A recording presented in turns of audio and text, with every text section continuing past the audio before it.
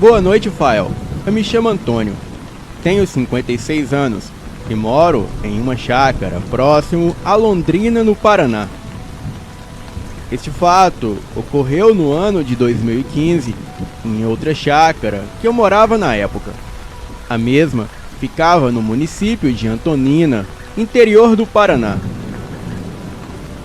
Bem, era época de quaresma, e se não me engano, era uma quinta-feira de lua cheia. Eu estava sozinho na chácara, pois a minha esposa só vai nos finais de semana. Então, como eu trabalhava com plantação e criação na chácara, eu ficava lá durante a semana e às vezes aproveitava para levar a mulherada. Claro, tudo no sigilo.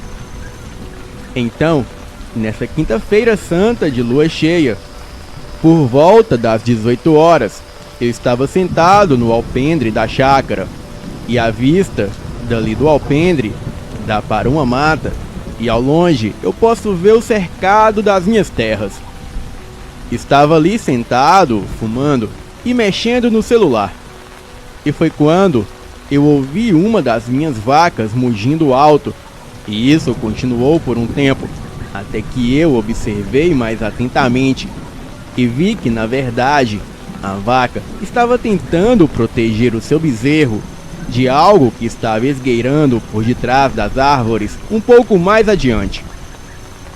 Então, eu saio do alpendre e me aproximo um pouco para tentar obter uma visão melhor. Mas como eu não vi nada de estranho, eu achei que a vaca estava louca. Pois quando se mora no campo, vez ou outra, você vê os animais fazendo coisas fora do comum. Esquisitices mesmo. Bem, eu voltei a rolar a tela do meu telefone, vendo algumas fotos picantes que amigos mandaram nos grupos de WhatsApp. A vaca continuou mugindo, e eu achei isso muito estranho. Então, como já estava escuro, eu decidi ir até onde ela estava, pois talvez ela poderia estar atolada no barro, ou simplesmente me chamando. Outra esquisitice dos bichos do campo. Liguei a lanterna do meu telefone e fui caminhando devagar, pois como havia acabado de chover, o mato estava escorregadio. Quando desci cerca de 21 metros da vaca, eu percebi que algo a poucos metros dela se aproximava como uma onça, mas não parecia ser uma onça. Parecia um cachorro muito grande. Aquilo não havia me notado ainda, pois estava de olho no bezerro e a vaca mugia para afastar aquela coisa do seu filhote. Instintivamente, eu chamei aquela coisa que eu acreditava ser um enorme cão, porque eu sou muito estúpido. Então, a criatura olhou para mim, virando apenas os olhos na minha direção e com a cabeça na direção do bezerro. E em vez de virar a cabeça para o lado, na minha direção, como um cão deveria fazer, neste ponto, ele não fez. Eu estava um pouco assustado, então eu corri para dentro de casa. Eu lembrei que era quaresma, então aquele enorme cão só poderia ser um lobisomem. O sinal de internet naquele lugar era muito ruim, mas eu consegui da janela filmar a vaca, e como ela era branca, dava para ver um pouco, e também o barulho da vaca mugindo e daquela coisa urrando ou roncando, eu não sei ao certo. Eu mandei no grupo dos meus amigos pelo WhatsApp e disse que estava em sérios apuros e por favor alguém viesse até a minha chácara, mas todos eles levaram na brincadeira e ninguém acreditou em mim. Bem, eu tinha que fazer algo. Eu não podia deixar a Amélia enfrentar aquela criatura sozinha. Sim, Amélia era o nome da vaca. E não me perguntem o porquê, pois foi a minha esposa que deu. Eu peguei um pedaço de pau Enrolei um pano na ponta e passei óleo diesel no pano. Coloquei fogo e fiz uma tocha. Eu lembrei-me que quando criança, um amigo havia me dito que alho e um crucifixo era eficaz contra esse tipo de demônio. Um negócio assim, pois eu nunca gostei de nada relacionado ao sobrenatural, pois eu sempre fui um medroso, então eu preferia não acreditar do que me prevenir. Peguei um crucifixo e algumas cabeças de alho e coloquei no bolso da calça. Me enchi de coragem e corri para salvar a Amélia. Mas neste ponto, não era a Amélia que estava em apuros, e sim o Aguinaldo. Sim, o bezerro que era filho dela.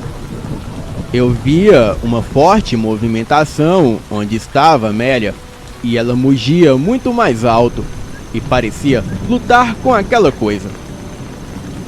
Quando me aproximei com a tocha, eu pude ver aquele enorme cão negro dos infernos em cima de Amélia. Ela dava pinotes, tentando o derrubar, mas ele a agarrava e a mordia no pescoço. Aquele bicho era uma mistura de cão com gente. A coisa era grande, tinha pelos negros e falhados por todo o corpo, orelhas grandes, focinho com dentes afiados e olhos amarelos que brilhavam na escuridão. Eu era muito medroso, mas eu não podia deixar aquela criatura machucar a minha vaca. Eu reuni a coragem que eu tinha e acertei a tocha nas costas da criatura. Um pouco do querosene do pano caiu nas costas do bicho e ficou pegando fogo por alguns segundos, até ele se soltar de cima da vaca, cair no chão e se debater na terra, fazendo o fogo em suas costas se apagar. A Amélia se levantou e correu para perto do filho, e um cheiro de pelo queimado com carniça tomou conta do ar. Então a fera se levantou e urrou ferozmente para mim. Eu meti a mão no bolso, peguei os dentes de alho e atirei no bicho. Admito que ele ficou parado por uns 2 ou 3 segundos sem entender nada. Mas, além disso, o alho não surgiu nenhum efeito no monstro. Aquele demônio veio para cima de mim em uma velocidade surreal. Caí de costas, o segurando pelo pescoço e tentando evitar as suas mordidas. Com uma das mãos, eu peguei o crucifixo no bolso e coloquei na testa da criatura. Mas também não surgiu nenhum efeito. Ficamos lutando por alguns segundos, que pareceram horas. E nesse meio tempo, a fera havia me ferido bastante com mordidas e arranhões, e a minha única salvação era a tocha, que na hora que cair para trás, no impacto, a tocha rolou no chão a 2 metros de mim. Eu posso dizer realmente que eu achei que seria o meu fim. Mas a salvação logo apareceu. Amélia, com um golpe certeiro, deu uma chifrada nas costas da criatura, o jogando longe. O lobisomem, muito irritado, logo se levantou e partiu para cima da Amélia. E como eu disse, eu sou muito medroso. Mas neste momento, a adrenalina já havia tomado conta de mim, e eu não ia deixar aquele demônio maldito machucar a minha vaca. Rapidamente eu peguei a minha tocha e novamente eu dei uma paulada com muita força nas costas do bicho, mas desta vez, infelizmente, eu não consegui incendiá-lo. A criatura soltou um urro e veio para cima de mim. E desta vez, eu acertei o fogo no meio da sua cara. E para completar, a Amélia o chifrou novamente, e desta vez com muito mais força. E quando o bicho se levantou, estava eu a poucos metros dele, apontando a tocha em sua direção, e a Amélia do meu lado, pronta para atacar. E sabendo que não teria êxito, a criatura deu um urro que eu acredito ser de ódio e recuou para dentro da mata fechada. Naquela noite, eu fiz uma fogueira perto do curral e fiquei de tocaia até o dia clarear. Então, quando os primeiros raios de sol apareceram, eu retornei para casa, tomei um banho e fui descansar. E pouco tempo depois, eu sou acordado pela minha esposa e ela me viu todo arranhado e me acusou de traí-la, pois na cabeça dela, aquilo era arranhões de mulheres. Expliquei toda a história para ela e disse que a Amélia e Aguinaldo estavam de provas, mas quem disse que ela acreditou? Eu a chifrei por vários anos e ela nunca desconfiou de nada. Mas quando eu realmente não faço nada, ela me acusa de traição. Tentei explicar e mostrar as provas, como pegadas no chão e também arranhões na Amélia. Mas quem disse que ela queria saber de história? Ela se separou de mim por um tempo. Mas quem disse que essa mulher consegue viver longe de mim? Ela me perdoou por aquilo que eu não fiz. E poucos dias depois, já estávamos juntos novamente. Porém, ela não acreditou na história do lobisomem.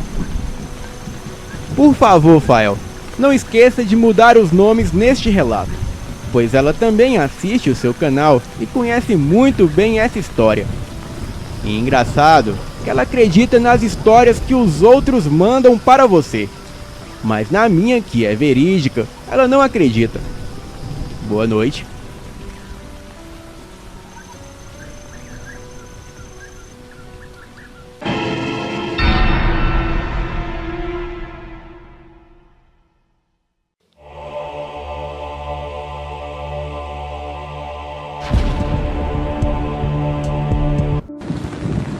Boa noite. Me chamo Carlos e moro na cidade de Araucária, no Paraná. O relato que eu tenho para contar é de uma pescaria em época de quaresma. Foi quando resolvemos ir pescar, eu e os meus dois amigos, o Edson e o Irineu.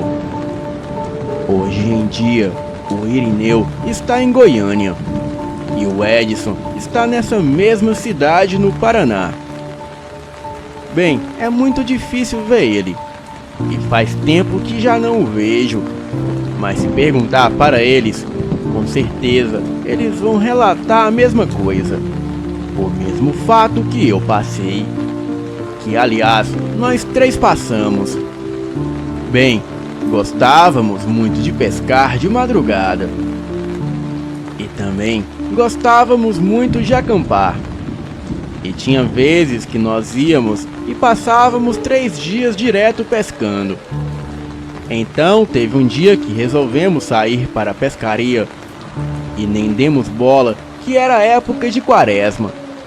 Mesmo porque não ligávamos muito para isso, para essas superstições. Mas não podemos esquecer que geralmente na quaresma é quando os supersticiosos e os religiosos intensificam os seus trabalhos religiosos. E isso com certeza atrai as entidades que eles invocam. Então, mesmo assim, não ligamos para isso e fomos pescar. Moramos na região de Curitiba e aqui tem um rio que se chama Iguaçu. Nessa cidade chamada Araucária. E o rio Iguaçu vem de São José. E lá é a nascente desse rio. E ele passa por aqui pelo meio de Araucária. Nesse dia estava uma noite muito fria. E nós três estávamos desempregados e sempre pescávamos peixes para vender. E assim conseguíamos alguma renda. E foi então que a gente levava o que tinha em casa para lanche. E assim A gente almoçava e até jantava nas pescarias. E para complementar, a gente sempre assava um peixe quando pegava. Mas geralmente a gente pegava peixes, porque nós conhecemos os melhores lugares para se pescar. E então fomos nesse lugar, aonde gostávamos de pescar. E assim nós pegávamos muitos peixes. E dava tranquilo para cada um pegar a sua parte e vender, e assim conseguir algum dinheiro. Bem, e era assim que levávamos a vida. E era divertido, pois tudo isso era um hobby. Bem, nós não pescávamos no rio Iguaçu, mesmo porque está poluído, mas pescávamos nos pequenos pesqueiros. E usávamos o rio Iguaçu somente como travessia. Porém, nós íamos nas lagoas que são limpas, e ali dava para pescar. E nesse dia que estávamos ali pescando, se não me falho a memória, era no ano de 1998. Em uma época de quaresma. Esse lugar que estávamos pescando, nós o apelidamos de Rio do Bolinha, pois nós apelidávamos os rios com os nomes que nós mesmos inventávamos. E assim, identificávamos os pesqueiros onde pegava mais peixe.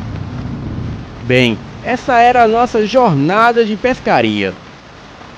E quando chegamos no local, armamos as redes, demos uma volta com a fisga na mão e na outra o farolete para iluminar os peixes na água.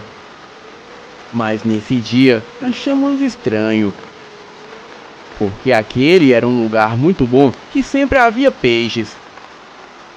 Só que nessa primeira volta que a gente deu, não apareceu peixe nenhum. Bem, não demos muita bola para isso. Então, resolvemos voltar para o acampamento, para fazer uma janta e jogar um pouco de conversa fora. E com isso esperar o tempo passar, para ver quantos peixes as redes já tinham pego. Então, durante esse tempo que cortamos lenha, fizemos o fogo e fizemos a janta.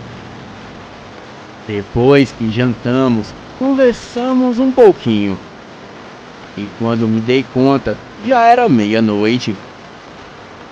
Foi aí que começou os barulhos estranhos no mato ao nosso redor. Começou uns barulhos de passos pesados caminhando, quebrando os galhos e os matos ao nosso redor. Parecia uns passos de um animal quadrúpede. E nós começamos a ficar espertos com isso. De repente, eu estava sentado em uma árvore caída no chão, e os meus amigos de pé diante de mim, e eu com um farolete na mão. Mas quando eu vi, logo se desprendeu um palanque de uma árvore em cima de mim, e aquilo caiu bem atrás de mim. Aquele palanque que caiu meio que tremeu o chão. E rapidamente olhamos com o farolete. Então procuramos entre as árvores o que estava fazendo aquele barulho muito alto. Eram barulhos de graveto se quebrando e árvores balançando. E também passos de animais grandes ao nosso redor. Mas mesmo procurando com o farolete, a gente não viu nada. Daí então, olhamos um para o outro e vimos que não era uma boa ideia ficar ali. Bem, nós não éramos do tipo medrosos. Só que nesse dia, é interessante salientar que um olhou para o outro e os três concordaram juntos de ir embora. Pois percebemos que estava realmente muito estranho aquelas movimentações ao nosso redor. E naquela mesma hora, levantamos o acampamento. E logo depois que a gente jantou, e esfriamos a panela quente no rio. Guardamos o café na garrafa, esfriamos os bules e a trempe.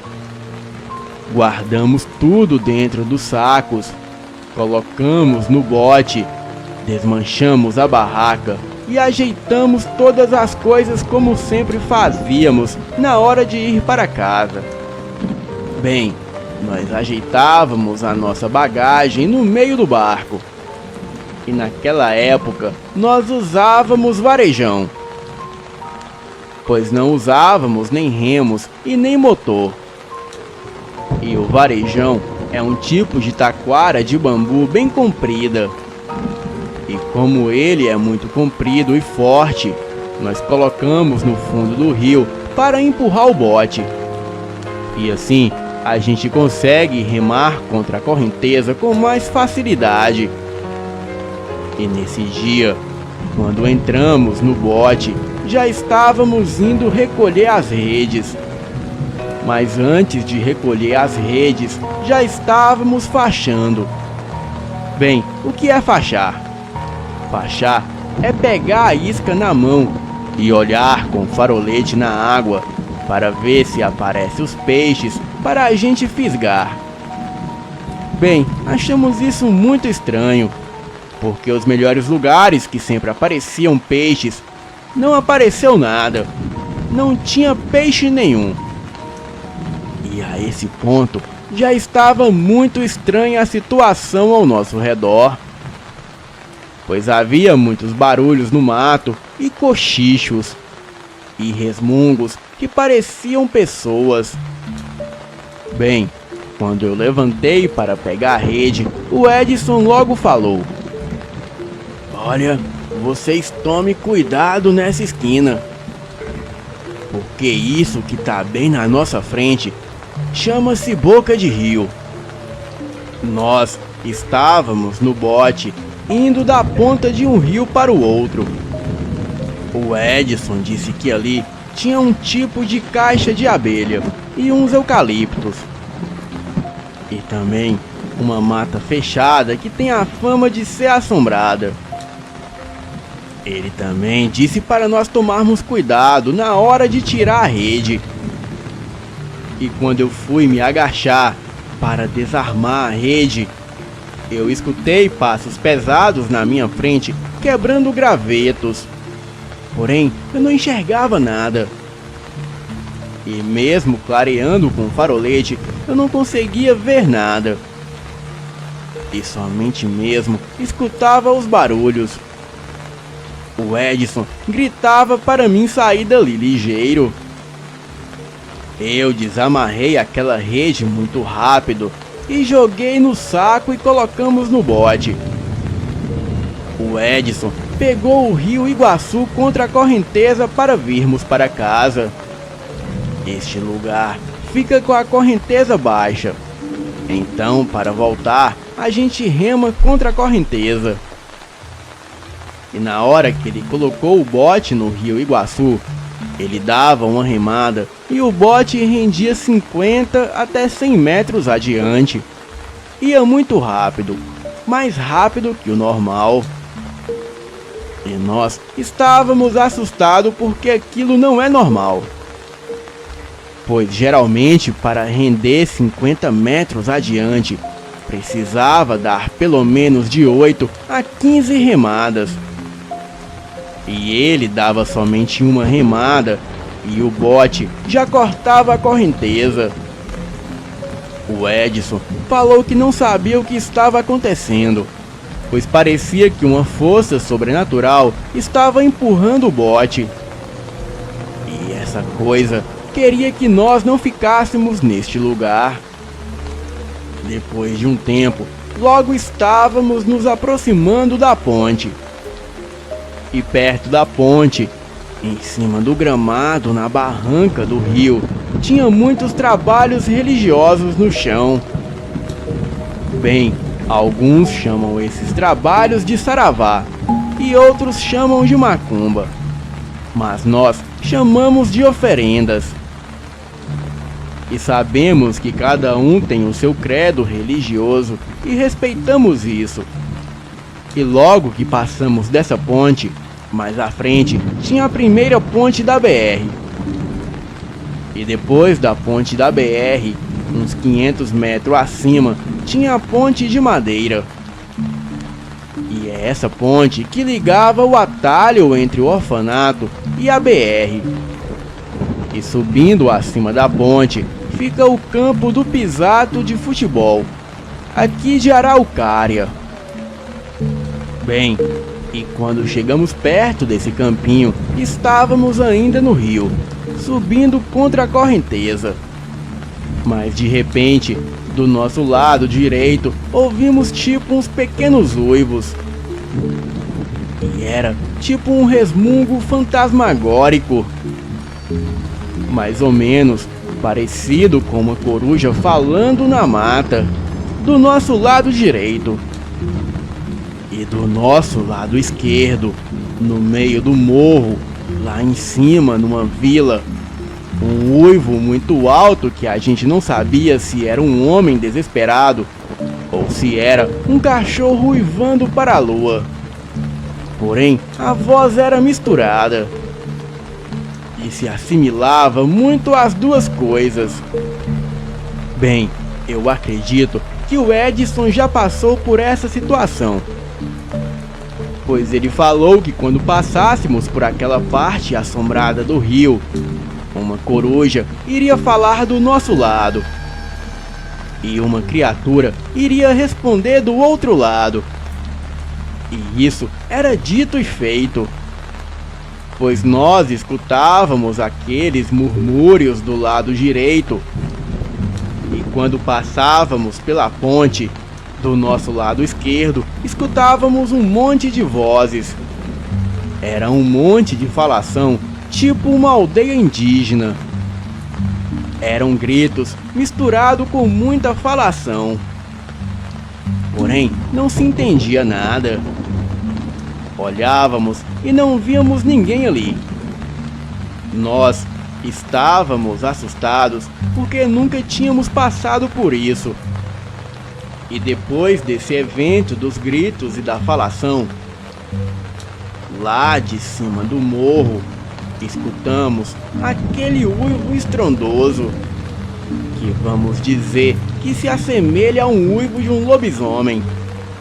Então, resumindo, era a coruja falando do nosso lado direito e o lobisomem respondia uivando do nosso lado esquerdo.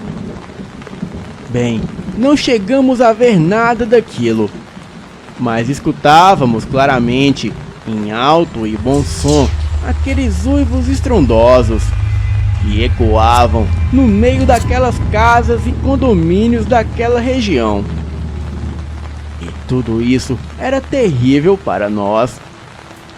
E à medida que nós íamos subindo o rio, cada vez que a coruja falava do nosso lado direito, o lobisomem uivava lá perto dos prédios do condomínio residencial Serra Dourada, onde tem a vila chamada Morro do Piolho. Quando remamos mais ou menos 1 quilômetro acima, nós tínhamos que entrar na Sanga. Sanga é um córrego pequeno que a gente entra para guardar os botes e os barcos. E logo que entramos com o bote na Sanga, pula uma capivara do lado do Edson. Ele estava rimando. E ele quase saltou dentro do rio com um susto. O Irineu e eu tentava conversar com ele mudando de assunto, mudando o rumo da conversa para ele se acalmar. O Edson, todo arrepiado, chegou a sentar no bote de susto com aquela capivara, pois nós já estávamos assustados com aqueles uivos e aquela coruja. E agora aquela capivara inventa de pular do lado do nosso barco. Então aquilo foi muito assustador. Logo depois que a gente se recuperou do susto, entramos na sanguinha. E à medida que o bote ia entrando, fazia-se um silêncio aterrorizante e amedrontador. O bote logo se aproximava das árvores, e o rio estava bem cheio. Havia teias de aranha nas flores da água, e se nós levantasse o pé, dava para encostar nos galhos das copas das árvores, de tão alto que estava o nível da água. Aquele caminho era o único lugar seguro para nós deixarmos o bote e seguir para as nossas casas. E quando o bote ia passando, dava para escutar o pingo da gota da água que caía dos galhos das árvores. Bem, remamos mais um pouco e logo chegamos no local onde cadeávamos os botes. Cadear os bodes é prender eles com cadeado. Pegamos as nossas coisas e eu fui na frente. O Irineu foi no meio e o Edson foi atrás. E assim fomos subindo os degraus daquele morro que tinha que atravessar antes de chegar nas nossas casas. Então conseguimos cruzar aquele morro. E antes de chegar na casa do Edson, tinha um milharal que a gente tinha que atravessar. Parecia que aquele caminho não acabava nunca antes de chegarmos em nossas casas. E parecia também que em terra firme estávamos mais à deriva do perigo e do sobrenatural. Naquela noite, parecia que não havia nenhum lugar seguro para ficar. E então, cruzamos o milharal com muito medo. E se aparecesse alguma fera furiosa na nossa frente, não saberíamos o que fazer. Bem, conseguimos chegar. E o Edson já estava em sua casa. Deixamos as coisas na casa do Edson. E ele pegou o facão para nos acompanhar até o portão. O Irineu era só cruzar a rua e ele já estava em sua casa. Mas eu ainda tinha que descer 2 quadras para chegar até a minha casa. O Edson ainda se ofereceu de companhia para me acompanhar até a minha casa, mas eu falei que não. Peguei as minhas coisas e segui caminho. Eu mal saí da casa do Edson e ele já entrou para dentro batendo a porta, porque ele estava muito assustado. Quando cheguei na primeira esquina, antes de chegar na minha casa, aquele lobisomem uivou novamente de cima daquele morro, porém um pouco mais perto de mim. Era um grito ensurdecedor que fazia ecos estrondosos naquele lugar, e eu me arrepiei dos pés à cabeça. Bem, eu continuei andando devagar, porque existe o ditado que diz o seguinte: se correr o bicho pega, e se ficar o bicho come.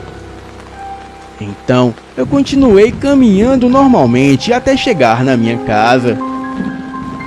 Quando cheguei, a luz estava acesa e a minha mãe estava de joelhos dobrados, orando muito assustada. E logo que ela me viu, ela veio até mim e me perguntou se eu havia escutado aqueles barulhos estranhos. E perguntou também se eu havia visto alguma coisa na pescaria. E foi aí que eu contei para ela tudo o que a gente tinha passado. Ela simplesmente levantou a mão para o céu e agradeceu a Deus pelo fato de nada de ruim ter acontecido comigo e com os meus amigos. Bem, este é o meu relato.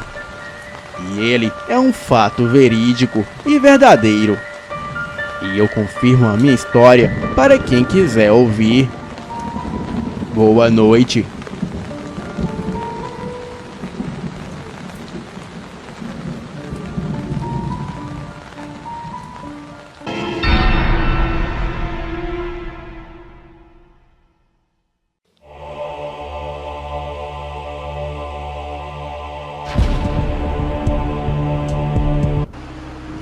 Boa noite.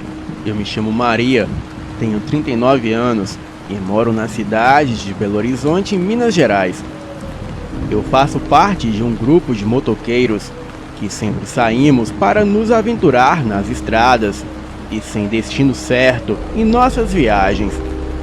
Às vezes, montamos acampamentos e dormimos até mesmo em matas. Bem, no dia 24 de junho de 2012, era o meu aniversário de 30 anos. Então, naquela tarde de domingo, eu resolvi fazer um churrasco na minha casa. Chamei alguns amigos do motoclube e alguns familiares, e a minha mãe também estava presente. Estávamos reunidos no quintal da minha residência, assando uma carne e tomando uma cerveja. E foi quando a minha mãe resolveu tocar no assunto que me fez despertar o interesse de transformar minha curiosidade em uma aventura. Bem, trata-se de algo que eu não conhecia e acredito ser da época do meu tataravô. É uma história de botija. Um tesouro que era enterrado em vaso, garrafa ou em um saco de tecido. Bem, eu vou comentar aqui da forma como a minha mãe nos contou. Nos tempos bem antigos, ainda quando não existiam os bancos, era muito comum os grandes agricultores, fazendeiros, coronéis e comerciantes enterrarem as suas riquezas em casas ou nas matas para evitar que fossem vítimas de ladrões, bandoleiros ou outros tipos de criminosos. E geralmente essas riquezas eram convertidas em moedas de ouro ou prata e enterrados por segurança. Um grande problema é que na maioria das vezes as pessoas que enterravam esses tesouros nem sempre o faziam na presença de outros e nem mesmo de familiares, e muitas vezes o faziam em segredo. E assim, quando vinham a falecer por alguma circunstância natural ou motivo de força maior, seria muito difícil ou até mesmo impossível alguém encontrar o tal tesouro. Devido à preocupação egoísta e gananciosa por causa das riquezas deixadas enterradas aqui na terra, o espírito do falecido passava a viver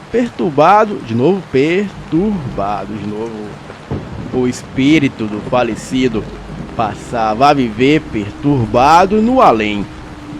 E para que não continuasse vivendo com o espírito, ele aparecia em sonhos, ou até mesmo de forma materializada a alguém, uma pessoa escolhida, implorando que a mesma desenterrasse o tesouro que ele havia enterrado enquanto ainda vivia. Ele indicava o local exato e o tesouro passaria a ser da pessoa escolhida. Essa caça ao tesouro passaria a ser uma grande aventura para a pessoa escolhida, pois algumas regras eram passadas pelo espírito e a pessoa tinha que seguir à risca, ou do contrário, tudo daria errado. Nessa aventura, em caso de quebra das regras, a pessoa poderia ser defrontada por outros espíritos e ainda se deparar com formigueiros, escorpiões, caranguejeiras e emboscadas. E dentre as regras a serem seguidas pelo indicado estavam as seguintes: não contar nada a ninguém, e caso isso acontecesse, o tesouro sumiria do local indicado, e só poderia levar alguém consigo se o espírito permitisse fazer. E se fosse permitido levar alguém, o acompanhante não poderia pegar a botija, pois então ela se tornaria vazia ou cheia de surpresas desagradáveis, tipo folhas secas, areia ou insetos. A busca pela botija enterrada deveria iniciar-se à meia-noite, mas nunca em outro horário. A caminhada até a botija deveria ser procedida fazendo o sinal da cruz e rezas do Pai Nosso e Ave Maria. que se estenderiam durante todo o percurso até o local da botija enterrada. Evitar comportamentos egoístas e gananciosos ao procurar a botija era a melhor forma de se evitar o terror nas diversas visões macabras que aconteciam durante a jornada. E era até mesmo possível alguém desistir da busca por causa do terrível medo que poderia o assolar. E era preciso ter muita coragem para resistir a tudo isso, pois as visões aterrorizantes eram inevitáveis. E quando o escolhido não conseguia cumprir a missão, ele passaria a esquecer tudo, e nada mais lembraria sobre o que aconteceu, e nem sequer lembraria mais da botija. Então, o espírito do falecido escolheria outra pessoa para continuar a missão. E aquele que cumprisse totalmente a missão seria o herdeiro do tesouro. Ao passo que o espírito do falecido finalmente descansaria em paz. Bem, eu nunca fui de acreditar nessas coisas e sempre achava que tudo isso não passava de história do tinhoso, ou conto dos povos antigos.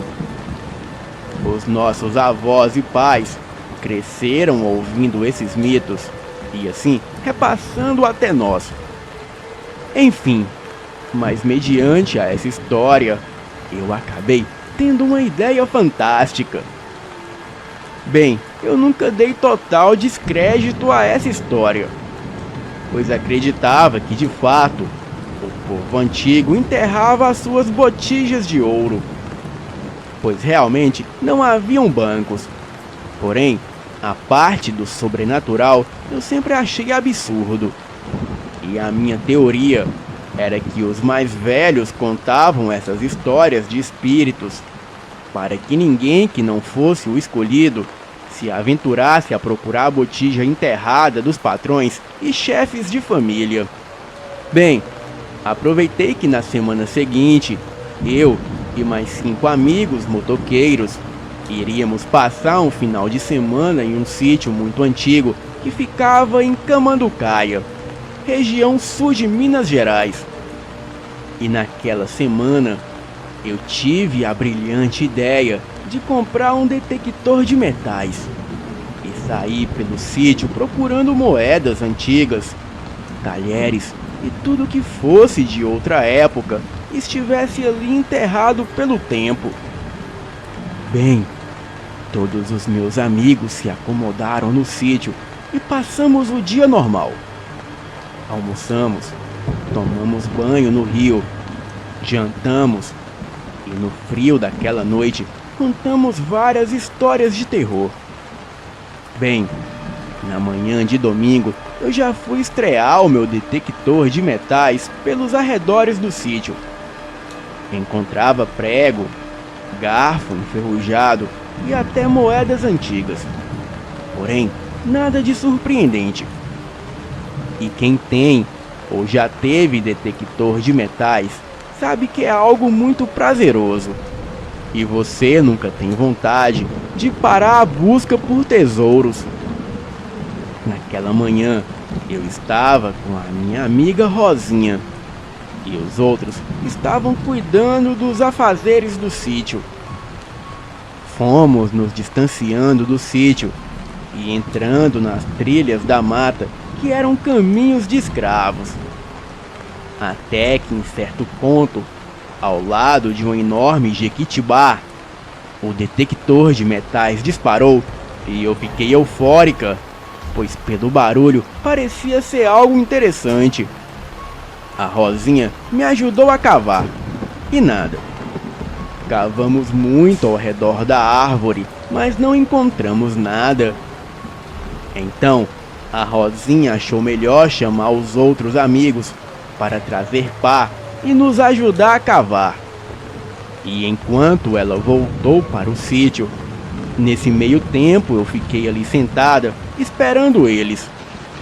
E quando eles apareceram com 2 pás, eu já liguei o detector de metais para mostrar para eles que ali havia coisa. Porém, o detector de metais não apitou mais. Passei ele exatamente no mesmo lugar que apitava outrora. E nada. Voltamos para o sítio e eu estava muito confusa. Não entendi o que aconteceu. Daí, a Rosinha falou que, segundo a lenda da botija, o tesouro só poderia ser descoberto à meia-noite. E assim como a minha mãe contara.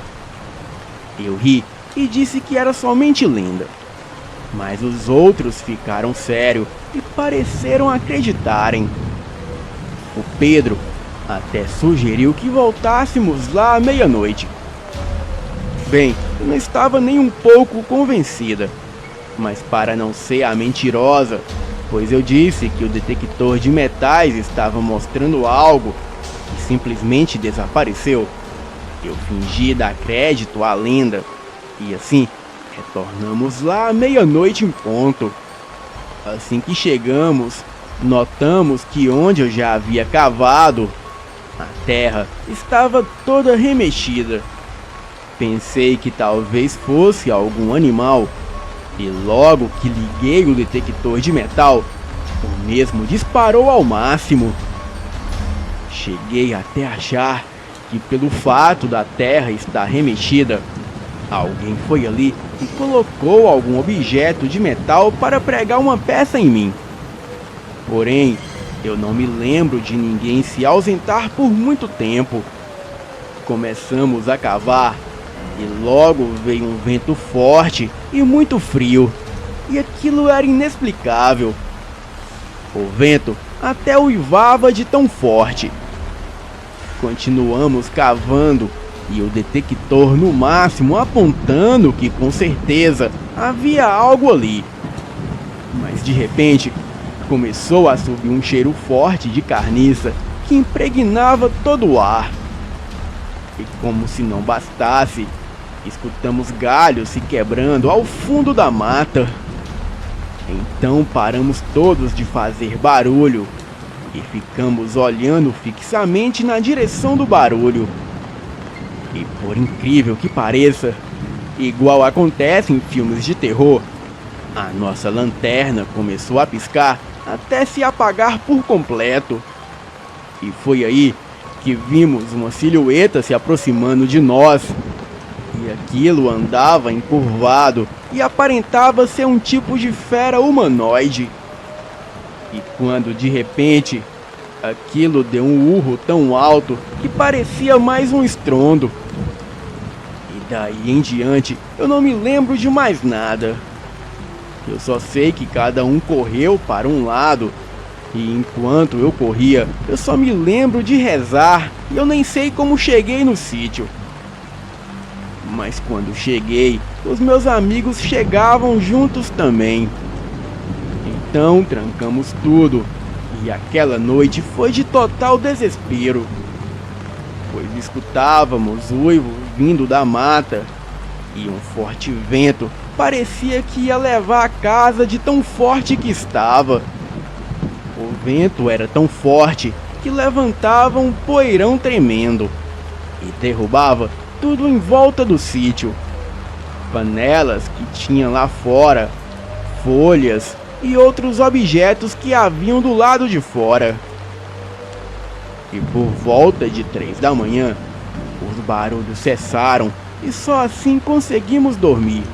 Mas não de cansaço, e sim de medo para não ver mais nada. No outro dia fomos lá fora para ver o estrago feito pelo forte vento. Mas por incrível que pareça, tudo estava no devido lugar e nem havia sinal nenhum de ventania naquela noite. Eu só sei que arrumamos as nossas coisas às pressas, pegamos as motos e saímos dali cantando pneu. Atualmente, aquele sítio ainda existe, porém o lugar está trancado. O dono não aluga mais e também não vende. E ninguém sabe o real motivo do mesmo permanecer trancado por anos. E também até ficam alguns vigias por lá, a mando do dono para barrar a entrada de qualquer um. Bem, eu não sei o que de fato ocorre naquele lugar, mas pelo que passei naquele dia, eu tenho um forte palpite que seja algo sobrenatural. Boa noite.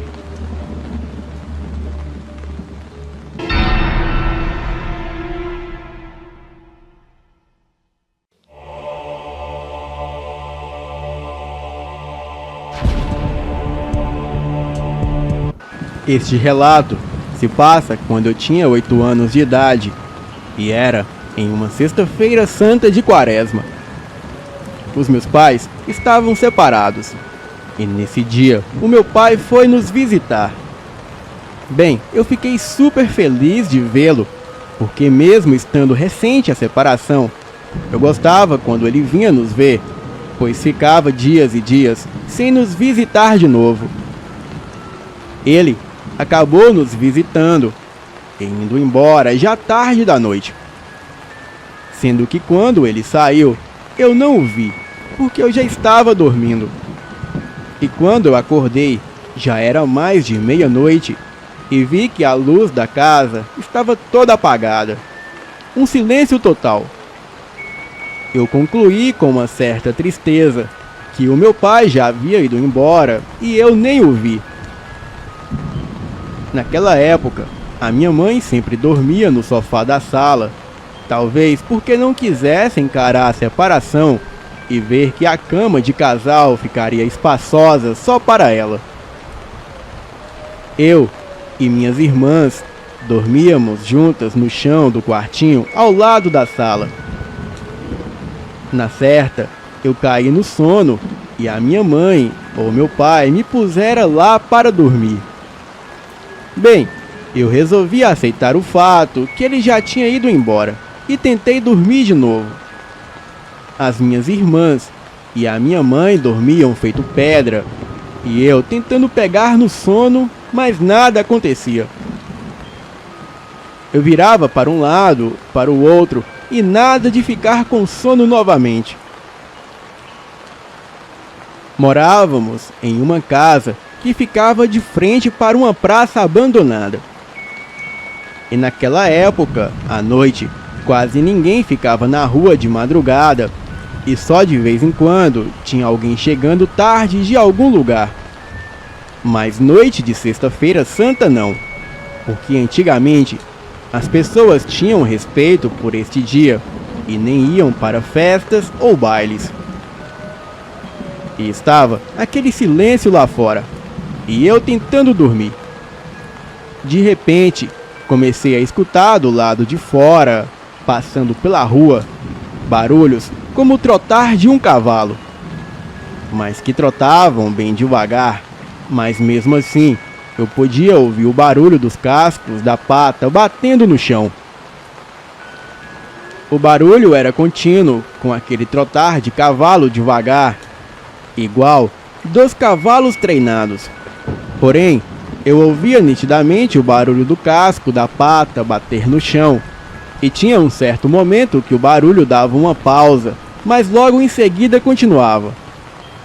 O barulho da pata de cavalo ia passeando pela rua de frente da minha janela, para lá e para cá. Ia de um lado para o outro da rua, dando voltas na praça, indo e voltando naquele mesmo ritmo, trotando devagar, dando uma pausa. E algumas vezes aquilo dava um relincho e logo continuava em seguida. Comecei a ficar cabreira com aquele barulho lá fora. Tentei dormir de novo para esquecer aquilo, mas o sono não vinha de jeito nenhum. Olhava para as minhas irmãs ao meu lado e a minha mãe lá na sala roncando e ninguém nem se mexia. Continuavam dormindo. E a pata de cavalo continuava andando para lá e para cá. Parecia que queria chamar a minha atenção. Então eu comecei a ficar assustada com aquilo. Afinal de contas, o que um cavalo estaria fazendo ali, àquela hora da madrugada? Pois nem existiam cavalos por perto. Bem, fiquei tentando não pensar naquele trotar lá fora, e muito menos naqueles relinchos, mas era impossível. O cavalo, ou seja lá o que era, parecia que queria chamar a minha atenção. Então, resolvi me levantar de junto das minhas irmãs e fui em direção da janela para espiar e ver o que era para tirar de vez aquele medo da minha cabeça.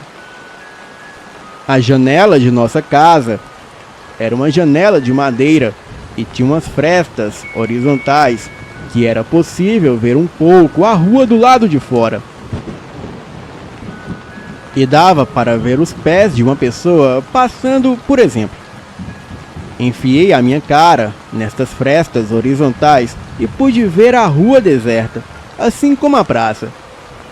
E de repente, lá veio o trotar das patas do cavalo. O barulho foi chegando perto, mais perto, e quando foi se aproximando, aí sim, eu pude realmente ver que eram patas de cavalo se aproximando. Eu só vi as patas, pois pela fresta não dá para ver o corpo.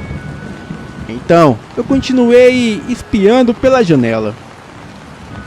E quando as patas de cavalo passaram trotando em frente à minha janela, elas pararam. E foi aí que eu fiquei gelada. Parecia que aquilo parou para me ver, mesmo a janela estando fechada. Eu senti algo muito ruim quando as patas pararam e pareciam olhar para mim que espiava pela janela. A pausa que o cavalo, ou sei lá o que era, fazia enquanto ficava andando de um lado para o outro, era justamente em frente à minha janela, e eu fiquei branca de medo. Eu saí correndo da janela, e o meu coração parecia que iria sair pela boca. E parecia que aquela coisa lá fora estava me vendo. Eu pulei em cima das minhas irmãs com muito medo, porque eu vi que aquela coisa sabia que eu estava ali na janela. E o pior, enquanto eu estava tentando dormir, os passos de cavalo iam para lá e para cá, e davam uma pausa sempre, e vez por outra dava aquele relincho estridente. E eu pude ver com os meus próprios olhos que a pausa era em frente à minha janela. Ou seja, aquilo sabia também que eu estava acordada, ouvindo ela passar para lá e para cá. Eu suava frio e o trotar de cavalo foi aumentando, ficando mais forte, e continuava passando pela rua de um lado para o outro e sempre parava em frente à minha janela. Eu rezava, tremia ao mesmo tempo, sacudia as minhas irmãs que elas nem se mexiam. A minha mãe também continuava dormindo.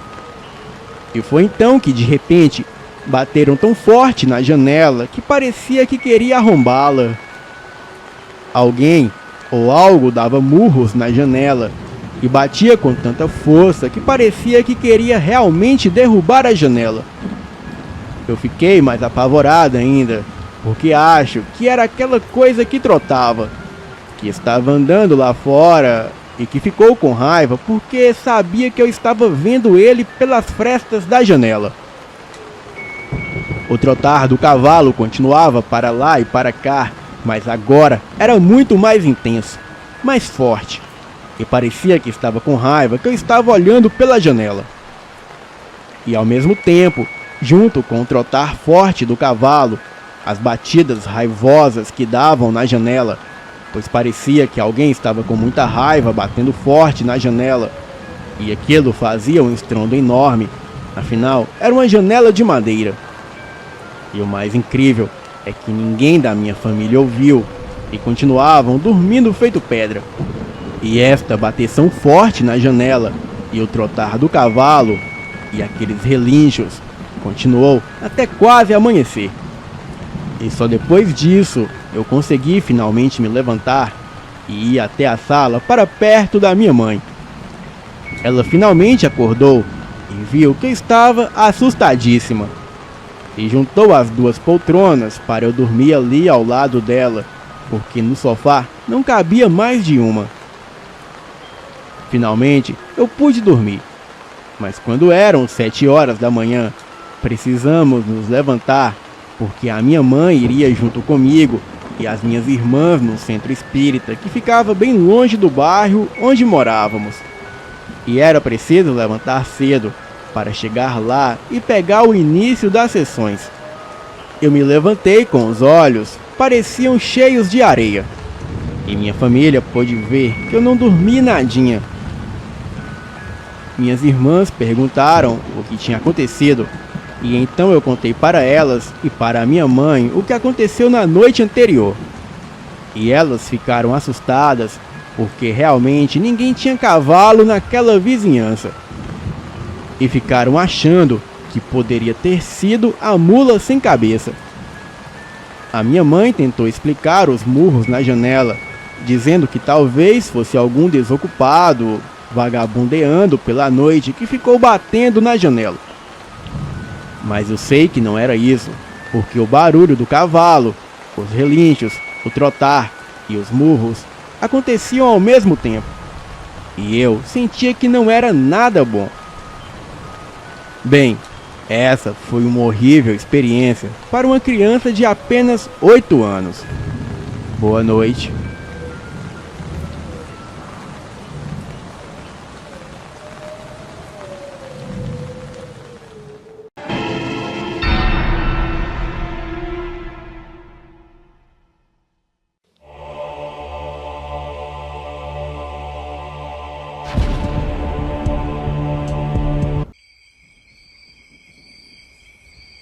Boa noite a todos do canal Elite Oculta.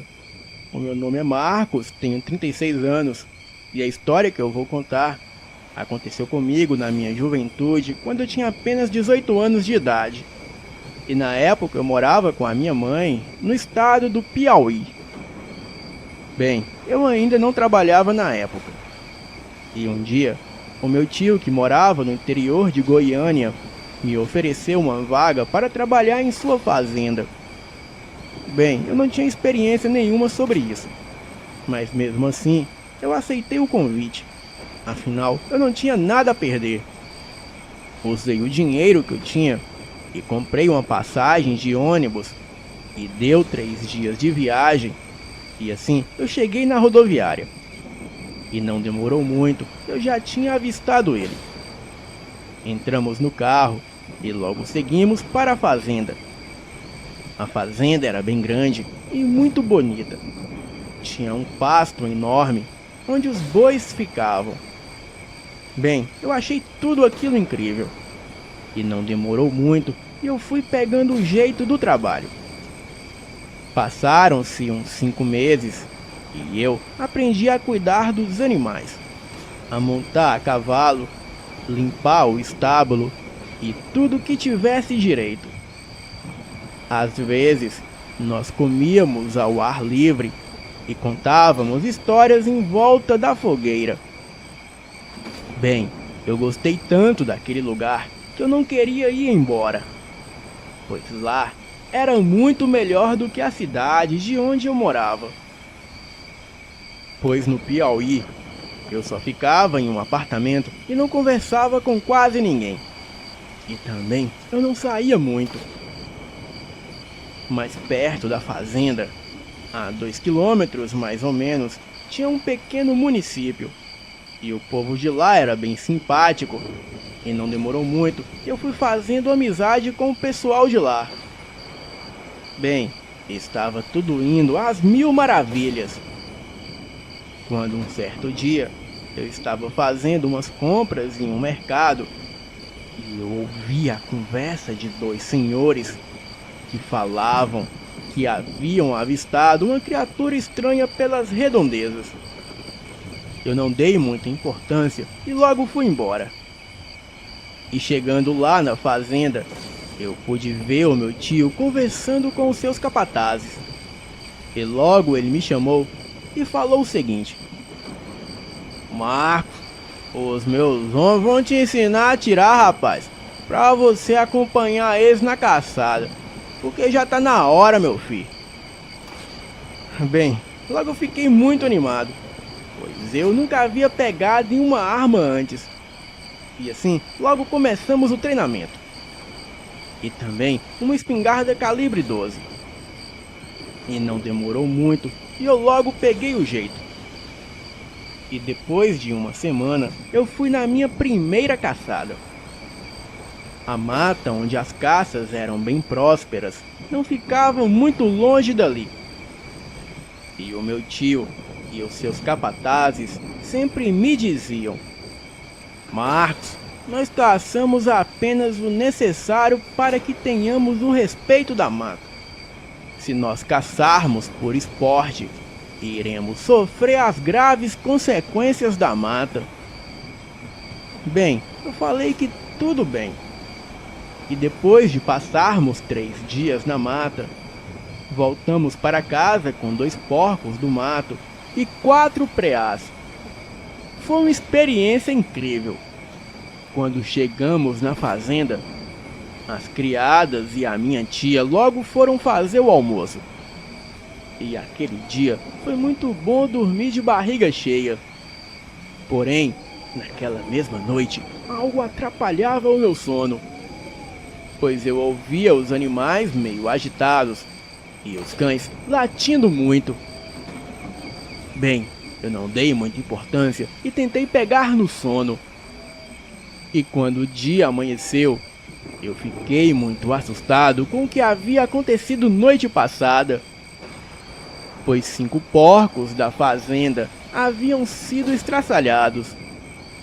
E também um boi havia sumido.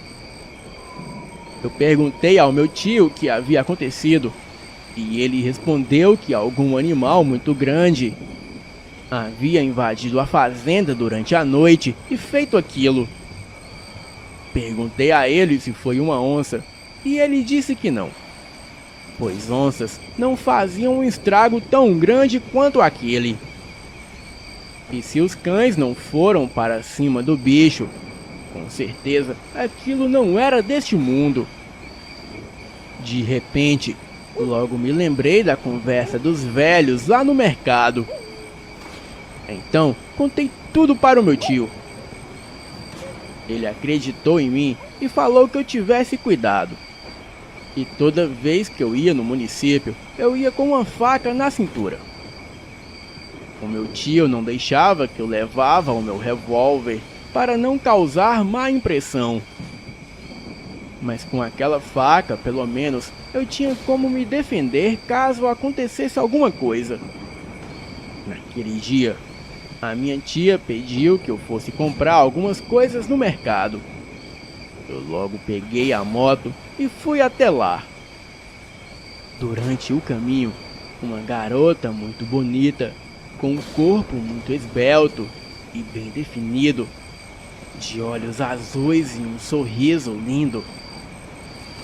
Ela fez um sinal de carona e eu fiquei meio desconfiado, pois o meu tio já havia me alertado sobre bandidos que usavam mulheres para cometerem crimes. Fiquei alerta e parei perto dela. E por educação, a perguntei onde ela queria ir. Com uma voz meiga, ela disse que queria ir para a casa dela, que ficava um pouco depois do pequeno município. Bem, mesmo achando estranho, eu me deixei levar pela sua beleza. E então eu fui deixá-la lá. No meio do caminho, fomos conversando. Perguntei o seu nome e ela falou que se chamava Ludmila. Também disse que tinha 18 anos. E então continuamos a conversa. Pegamos a estradinha de terra e logo percebi que ela segurou na minha cintura. E logo começou a chegar mais perto e dava para sentir os peitos dela nas minhas costas. Também reparei que ela apoiou a sua cabeça no meu ombro.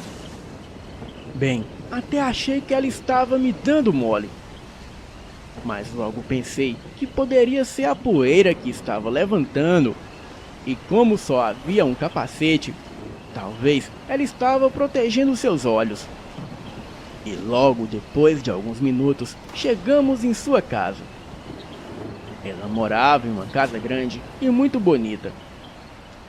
O pai dela era um homem rico de várias posses e com um enorme terreno. Me despedi da moça, ela me agradeceu e eu logo fui embora. Uma coisa que eu havia reparado é que aquela moça tinha uma cicatriz no rosto, como se fossem marcas de garras de algum animal. Mas mesmo com aquela cicatriz, ela era muito bonita. Bem, eu fiquei muito feliz com tudo aquilo e não esperava a hora para vê-la novamente. Na volta eu passei no município, comprei as coisas que a minha tia havia pedido e mais uma vez eu escutei a conversa daqueles dois senhores. E a minha curiosidade foi tão grande que eu fui até onde eles estavam sentados e falei o seguinte: boa tarde, desculpe me intrometer na conversa de vocês, mas eu queria saber que bicho vocês viram, vocês estão falando tanto aí. Um dos senhores logo respondeu: você é o sobrinho do Rafael, não é? Eu falei que sim, e ele disse que eu me parecia muito com ele. E depois de se entreolharem, eles voltaram a atenção para mim e logo me falaram: olha, garoto, por essas bandas eu já vi muita coisa e posso te afirmar o seguinte: não andes armado por aí não, pois por aqui é muito perigoso. Perguntei o porquê e eles disseram que por aquelas bandas haviam duas criaturas e que uma delas era uma besta fera com corpo de homem, cara de cachorro, olhos vermelhos como se fossem o próprio inferno, e era tão grande, chegando a ser maior que uma pessoa. Perguntei na molecagem se era um lobisomem e os velhos responderam que sim. Disseram também que a outra criatura se tratava de um lobisomem, mas um pouco diferente. E que quanto a este, foi a primeira vez que o viram. E circula boatos que era um lobisomem albino, uma criatura que passava uma energia e segurança positiva. Disseram também que o lobisomem albino era um espírito de um anjo que habitava nos corpos das pessoas. Pessoas essas que eles julgavam boas. E então os possuía para proteger as pessoas dos demônios que atormentavam os inocentes. Eu fiquei com medo, mas ao mesmo tempo maravilhado com toda aquela história. Logo me despedi deles, peguei o meu caminho de volta para a fazenda. E enquanto eu caminhava, eu pensava sobre tudo aquilo. E na metade do caminho, eu vi um homem negro, grande e forte, caminhando pela estrada. Ele me encarou e então eu ofereci a ele uma carona. Porém, de uma forma arrogante, ele respondeu que não recebia carona de pessoas de fora. Eu disse a ele que morava por aqui, mas ele disse que nunca havia me visto antes e que também não queria se misturar comigo. Deixei aquele homem de mão e voltei para a fazenda. Chegando lá, eu avistei o meu tio e ele estava na porteira muito irritado e perguntou por que eu havia demorado tanto.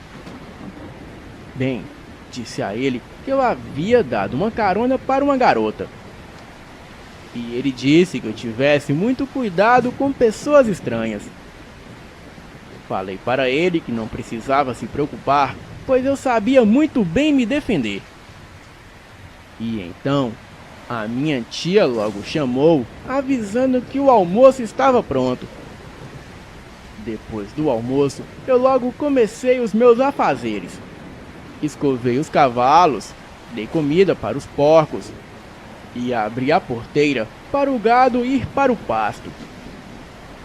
Bem, estava tudo tranquilo aquela tarde, mas ao cair da noite, o meu tio falou que eu deveria ficar acordado com ele e os capatazes, porque tínhamos que pegar o responsável pelo prejuízo da noite passada.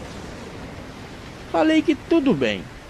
Então fiquei do lado de fora da casa com um dos capatazes e o meu tio foi para o curral dos cavalos com outros 2 homens.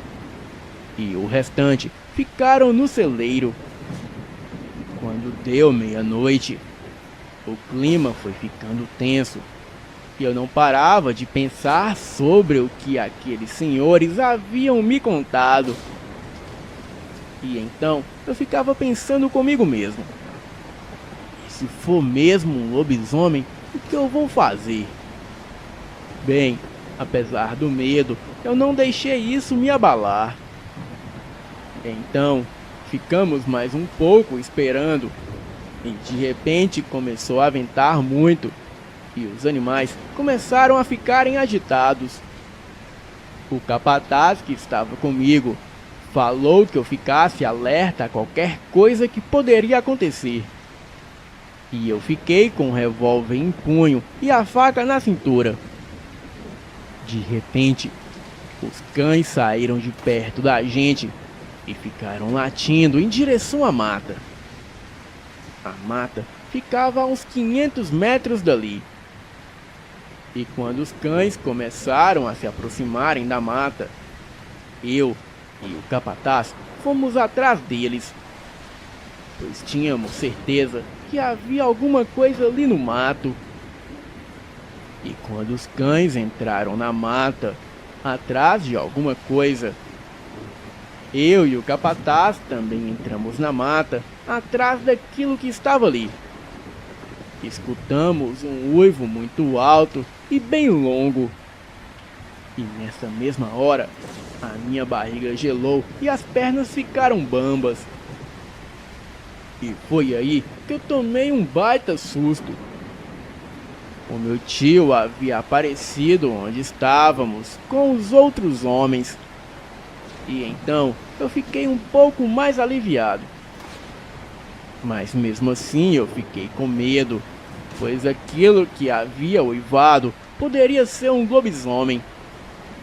Ficamos atentos e logo escutamos os cães brigando com alguma coisa. E aquilo parecia uma briga de vários cães grandes. Rapidamente chegamos no lugar onde os cães estavam.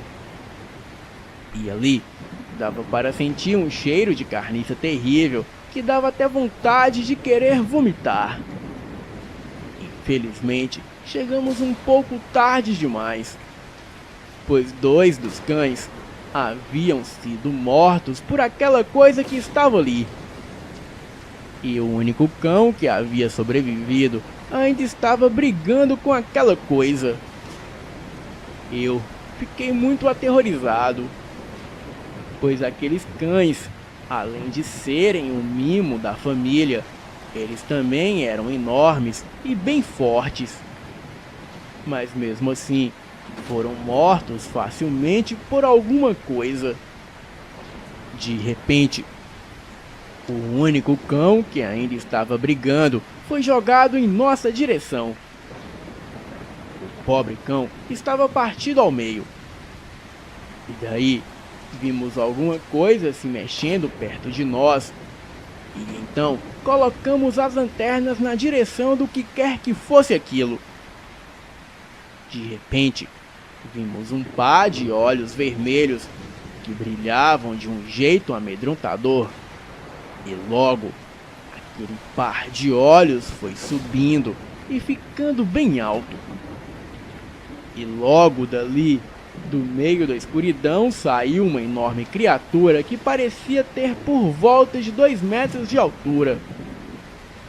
Aquela coisa parecia um animal, mas estava sobre 2 patas. O meu tio e os capatazes começaram a atirar constantemente. Aquela criatura começou a correr em nossa volta e de repente começou a nos atacar com muita fúria. Eu, num ato de puro desespero, logo comecei a correr. Mas como derrubei a minha lanterna, eu não sabia para onde estava correndo. Ali, de onde eu estava, ainda dava para se ouvir os gritos e os tiros dos homens. Mas de repente, eu logo escutei um uivo muito perto de onde eu estava.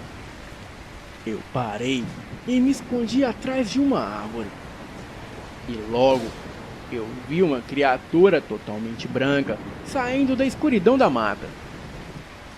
De alguma forma, eu não senti medo daquela coisa. Aquela criatura albina passou do meu lado e parecia não me notar. Porém, eu o encarava e percebi que aquela criatura tinha lindos olhos azuis que brilhavam bastante. E outra coisa que notei era que a fera tinha marcas de uma cicatriz bem familiar. Pois a fera albina tinha 3 arranhões do lado do rosto, iguais os da Ludmila. Logo eu comecei a ouvir uns rugidos muito altos vindo em minha direção. Eu já sabendo do que se tratava, logo tirei a faca da cintura. A criatura albina que estava do meu lado começou a rugir também. Mas foi aí que um cheiro de carniça tomou conta do lugar. E eu tinha certeza que era aquela criatura que havia nos atacado antes. A coisa vinha em nossa direção em uma velocidade incrível e logo deu as caras. E quando aquilo apareceu, eu logo pensei que o meu tio e os seus homens estivessem mortos. Porém, eu deixei este pensamento de lado e coloquei em prática o meu instinto de sobrevivência. A fera albina e o lobisomem ficaram rosnando um para o outro. E então começou uma luta intensa entre as duas criaturas. E apesar das duas bestas serem do mesmo tamanho, parecia que o lobisomem albino era muito mais forte. Fiquei atrás daquela árvore, observando tudo. O meu tio apareceu com mais 2 homens, segurou a minha mão e disse que deveríamos sair dali o mais rápido possível. E quando saímos da mata, logo chegamos em casa. E logo que chegamos, a minha tia e todos da casa estavam chorando desesperados. Pedi desculpas ao meu tio por correr e o deixar para trás. Porém, ele disse que não tinha problemas e que se eu tivesse ficado, provavelmente teria sido morto. Os 2 capatazes que sobreviveram pegaram a caminhonete e foram até o município acionar a polícia. Bem, após o susto, eu logo tentei dormir, pois estava exausto. Mas mesmo assim, passei a noite toda pensando no que tinha acontecido. A polícia deixou para fazer uma varredura na mata assim que o dia amanhecesse. Pois se aquela coisa de fato havia matado 3 cachorros grandes e 3 homens fortes, com certeza seria muito arriscado da polícia entrar ali à noite. E quando amanheceu, eu, o meu tio, os capatazes e a polícia fomos até a mata para fazer uma varredura. E chegando lá, me deparei com uma coisa que me arrepiou muito. Pois ali, jogado próximo a uma árvore, estava o cadáver do homem que eu tinha oferecido carona no dia passado. Então eu liguei os fatos e disse que aquele homem era o famoso lobisomem. A polícia atribuiu aquele homem que estava morto na mata como o autor do crime. E depois de todos nós prestarmos depoimento na delegacia, logo fomos liberados. E assim que saí da delegacia, eu fui até a casa de Ludmila para ver como ela estava. Quando bati na porta, quem me atendeu foi o pai da Ludmila. Ele me chamou para entrar e falou que a Ludmila estava em seu quarto. E assim que cheguei, eu percebi que ela estava com o braço e a barriga enfaixado. Ela me olhou seriamente e me perguntou se eu estava bem. Respondi que sim, e a perguntei se ela se lembrava da noite passada. Ela acenou positivamente e disse que tinha salvo a minha vida e que da próxima vez eu tomasse mais cuidado quando fosse entrar na mata à noite. Ludmila, muito surpresa, me perguntou como eu sabia que ela era criatura albina. Eu coloquei a mão em sua bochecha e falei que foi por causa daquela marca ali. Ela ficou meio envergonhada e disse que só me salvou porque me achava bonitinho. E também seria uma pena se eu morresse. Bem, ficamos um pouco conversando. E antes que eu fosse embora, ela se levantou e começou a me beijar. Ela me acompanhou até a porta da sua casa. E antes que eu fosse embora, ficamos um pouco ali sentados conversando. Perguntei a ela qual era o segredo dela. E ela me contou que vinha de uma grande linhagem de lobisomens de Sina. E que quando nasceu, ela foi abençoada por um espírito de anjo protetor. E que se transformava apenas para caçar. Ou também quando outras pessoas estavam em perigo.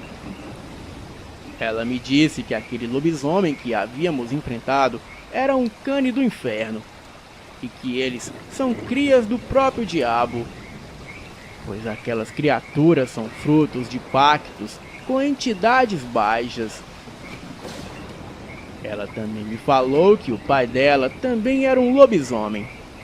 E que ele já havia me visto várias vezes com o meu tio em minhas caçadas noturnas na mata. Também disse que o seu pai não nos atacou porque tínhamos respeito pela mata. E foi aí que eu lembrei das coisas que o meu tio me disse. Bem, depois de muita conversa, eu me despedi novamente de Ludmila com um beijo e fui embora. E a partir daquele dia, eu acabei me apaixonando cegamente por ela. E no decorrer dos dias, tivemos vários encontros juntos. E depois de um tempo, acabamos namorando. E depois de 3 anos de namoro, eu criei coragem e pedi ao pai dela a mão da sua filha em casamento. Ele disse que sim. E graças a Deus, deu tudo certo. Bem, hoje moramos juntos e temos 2 filhos lindos. Uma menina que se chama Ana Clara e um garoto chamado João Pedro. O meu sogro me disse que eles têm a sina lupina ativada. E quando estiverem entre 13 e 15 anos, eles iriam ter a sua primeira transformação. Bem, quando esse dia chegar, eu conto essa história para vocês. Mas por enquanto, eu vou ficando por aqui. Boa noite.